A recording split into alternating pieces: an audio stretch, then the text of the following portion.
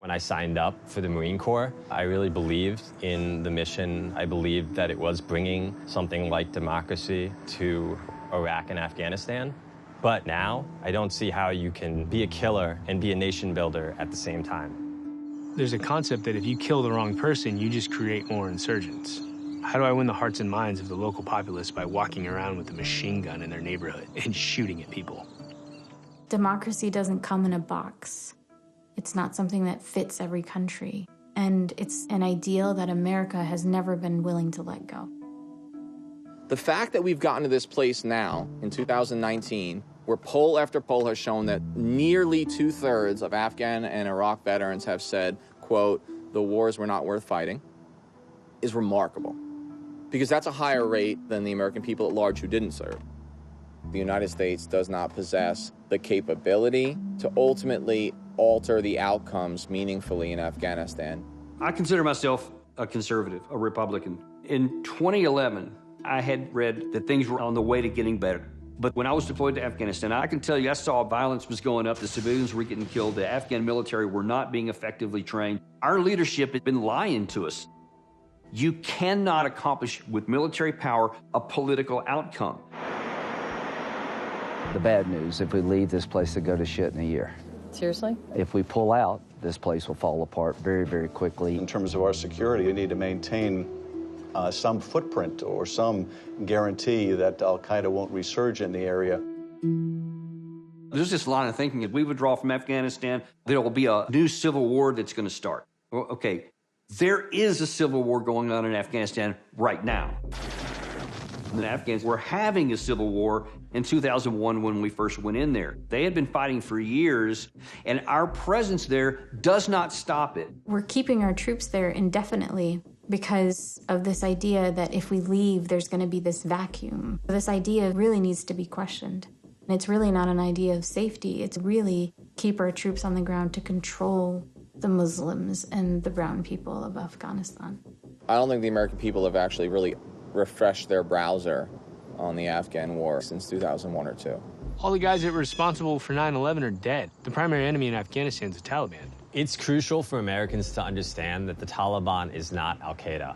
Whereas al-Qaeda is centered on going to war with the United States, the Taliban rejects that entire idea. Their concern is not to make the world Islamic, it's to make Afghanistan an Islamic emirate. The fact is right now that tactically on the ground in Afghanistan, the Taliban are in a very strong position. Southwest Afghanistan is just a free fire zone. Everybody's getting shot at regularly. The Taliban own the area outside of us, and they would just bombard our towers all day, and we'd fight back and forth. And then we'd have to go out on patrol, even though patrolling was stupid, because as soon as you leave the walls, you have no protection. I remember hearing the first explosion when the first Marine landed on an IED, and it seemed entirely meaningless to me. There seemed to be no redemptive meaning behind this death.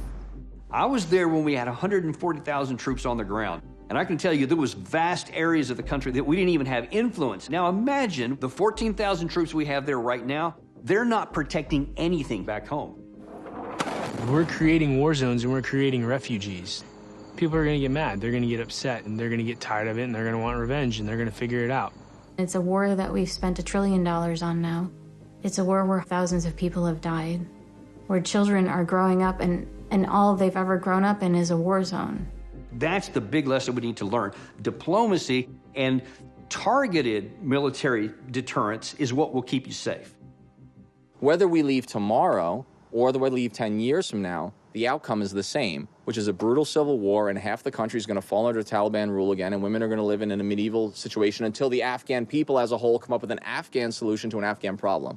It hurts like hell to say we should leave. But the argument that we should stay there because we are protecting women's rights is not good enough anymore. Whatever we do is never going to ensure that the most disenfranchised people in Afghanistan are going to be protected, that women are going to have their rights protected. That is a burden that America will have to bear on its soul. I've seen firsthand men that I've known that end up getting blown up there, and I've questioned, what did they sacrifice themselves for? But I'll tell you what I'm worried about even more is that is the ones who haven't died yet. Kids are joining the Army today, who were born after 9/11. Within 6 months, they'll be in Afghanistan. My dad was in the military, my grandpa was in the Marine Corps, and my daughter's 4 now, she's about to be 5, and I want the war to be over because 12 to 15 years from now, I don't want my kid to die in the war that I went to.